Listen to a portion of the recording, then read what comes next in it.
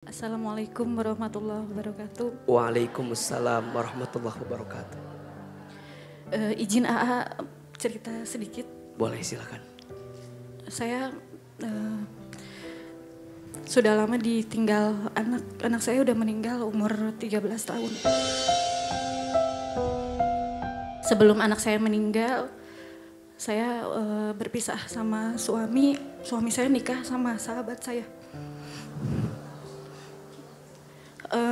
Alasannya sih di kehidupan rumah tangga kita nggak ada peningkatan, maksudnya nggak ada ini gitu dari kehidupan ekonomi segala macam gitu. Nah itu alasan orang tua mertua punten, itu alasannya dia pisah sama saya. Terus setelah mereka nikah 4 bulan anak saya meninggal leukemia. Nah sudah meninggal nggak lama saya kan tadi dulu Pak Ustadz izin saya sudah lama meninggal kan, bagi saya orang-orang yang selama ini saya cerita sama ayah saya ya. Nah ayah saya meninggal juga.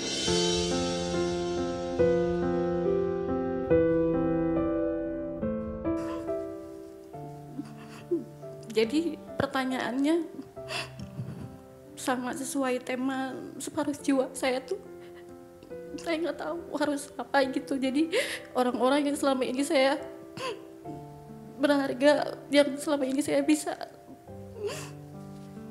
saya harus gimana ngejalanin kehidupan yang terus ke depannya gitu.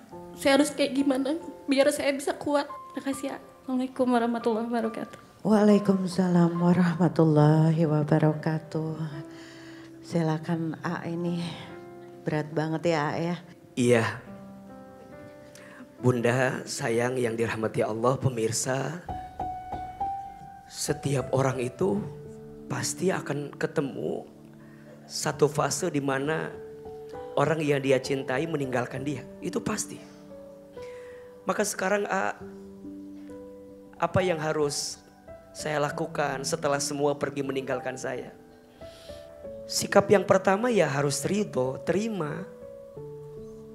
Kita nggak bisa bilang bahwa kenapa Allah manggil ayah saya, kenapa Allah manggil anak saya. Mungkin kalau suami mah nggak dipanggil sama Allah kan ya. Kemana tadi suaminya itu?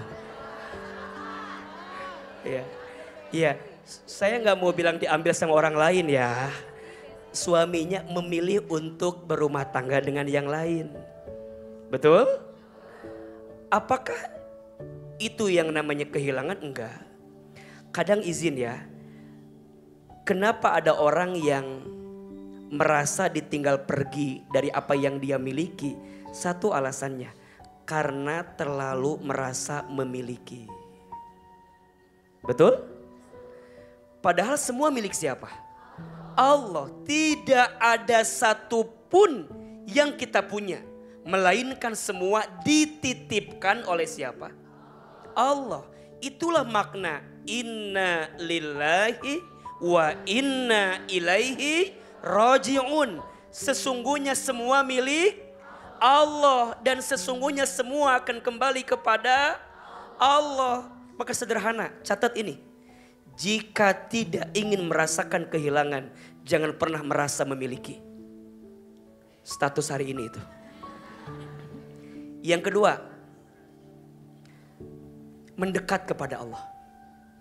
Satu, menerima. Dua apa? Mendekat kepada Allah. Kadang Allah itu mengambil orang-orang yang kita cintai agar hati kita kembali ke Allah.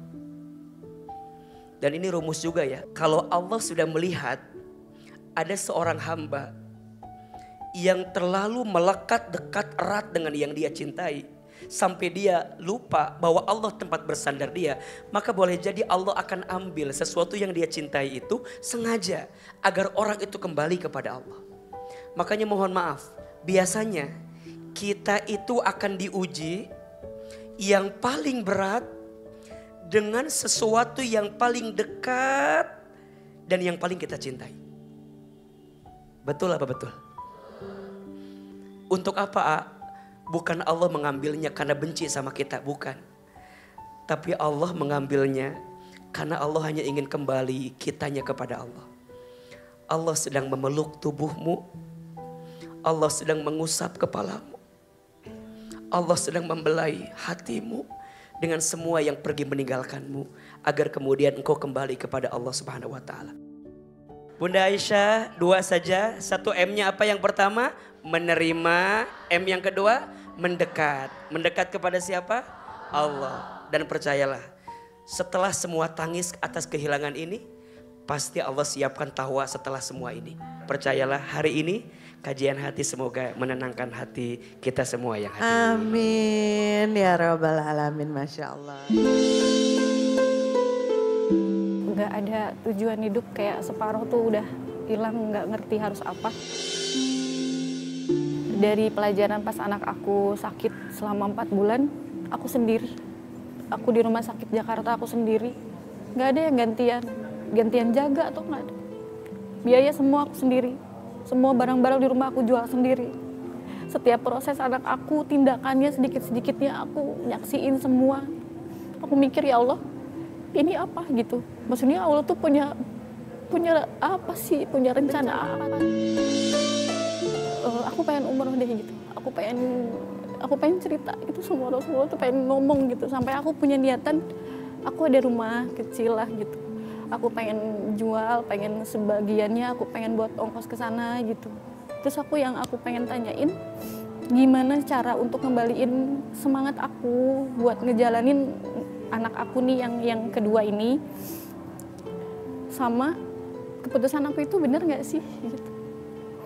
Itu yang suka nggak tahu kenapa gitu, kangen aja gitu, apalagi kalau denger ini ya sholawat kayak gitu tuh, ya Allah.